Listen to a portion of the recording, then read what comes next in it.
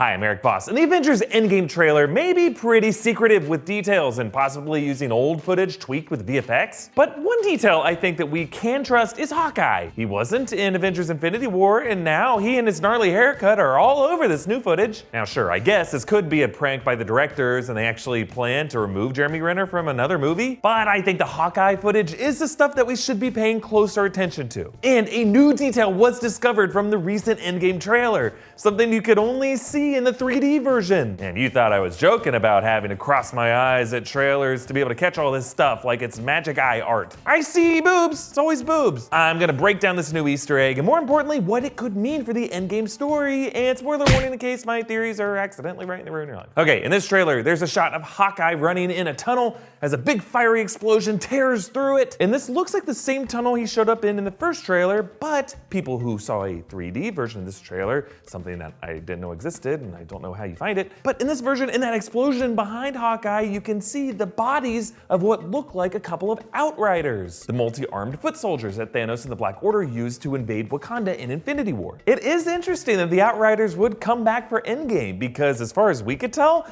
they served their purpose in Infinity War. They attacked Wakanda and kept the Avengers busy enough to leave Vision undefended, disrupting their plan for Shuri to safely extract the Mind Stone and for Scarlet Witch to destroy it, allowing Thanos to get his hands on it. So why are the Outriders back in Endgame? And what is Hawkeye doing with them? I see three possibilities. First, Hawkeye could simply be clearing out the remaining Outriders left on Earth by blowing them all to hell. In the Marvel comics, the Outriders are more complex beings, genetically engineered spies and soldiers capable of reading people's minds by sinking their fingers into their temples. But in the movie, they're mostly soulless drones like orcs, waves of Goros mindlessly kamikazing themselves into everything. Even Thanos' past army, the Chitauri, had guns. These idiots can't even be trusted with swords. The Black Order even made it clear how little value they place on their lives. Thanos would have nothing but dust and blood.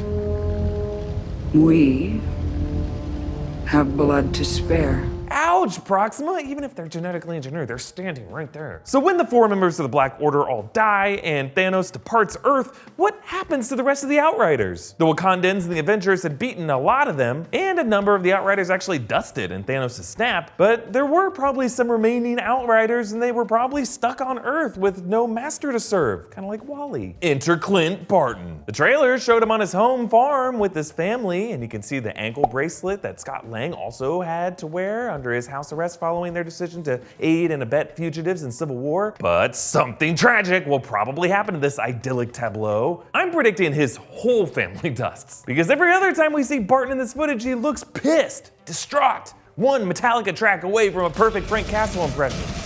So Hawkeye might make it his mission in the opening act of Endgame to hunt down and exterminate any remaining Outriders left on Earth. Like maybe they cluster in underground tunnels like this one. And Hawkeye, in his grief, kills them all. Like Anakin Skywalker massacring Tusken Raiders. They're like animals, and I slaughtered them like animals. As much as I'd love that, there might be a more practical aim for Hawkeye's anti-Outrider rage, like a second attack against Thanos. I have speculated in the past that the first act of Endgame could feature some rushed payback attempt against Thanos by some of the more triggerable Avengers. Cap, Black Widow, Thor, Rocket, maybe Hawkeye too. If Thanos is still using Outriders for protection, Hawkeye could be trying to infiltrate Thanos' defenses and crippling them. Or if we assume that timeline meddling is part of this plot, this tunnel could be in some other timeline or back in time when Thanos was still in the early stages of assembling his army, and Hawkeye and the other Avengers are trying to disable this invasion force before it can get to Earth. Then again, how instrumental were the Outriders to Thanos' victory, really? Sure, they were effective at distracting the Avengers and complicating their goal to destroy the Mind Stone before Thanos could get it, but really, once Thanos got the Time Stone, would anything have stopped him from completing the set? I'm just saying, if the Avengers find a way to change the timeline to like butterfly effect disrupt Thanos' victory path, targeting his mindless foot soldiers isn't a very good tactical move compared to, say, trying to force a fumble with one of the Infinity Stones. So assuming a fight between Hawkeye and the Outriders isn't a smart use of Hawkeye's energy,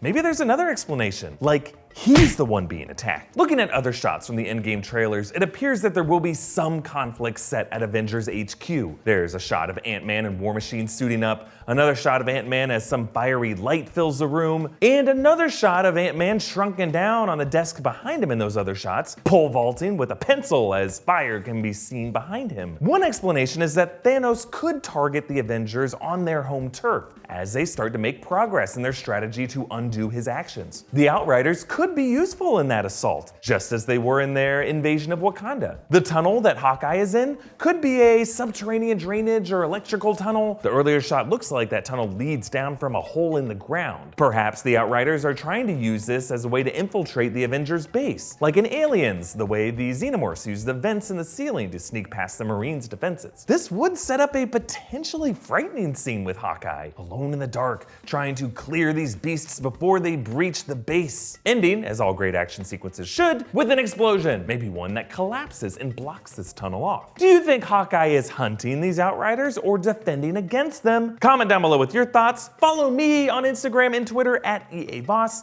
And if you happen to live in the LA area, come check out my live comedy show, Darkest Timeline Comedy, this Friday, April 5th, and every first Friday of the month. It'll be me, Maud Garrett, Sam Basher, Philip Molina, Tommy Bechtold, the funniest nerds I know, all in a super referencey variety show, Acme Theater, North Hollywood. Ticket info in the description below. Thanks for watching, and let's close out with some more Hawkeye Anakin. I don't like sand. It's coarse and rough and irritating, and it gets everywhere. It only gets better.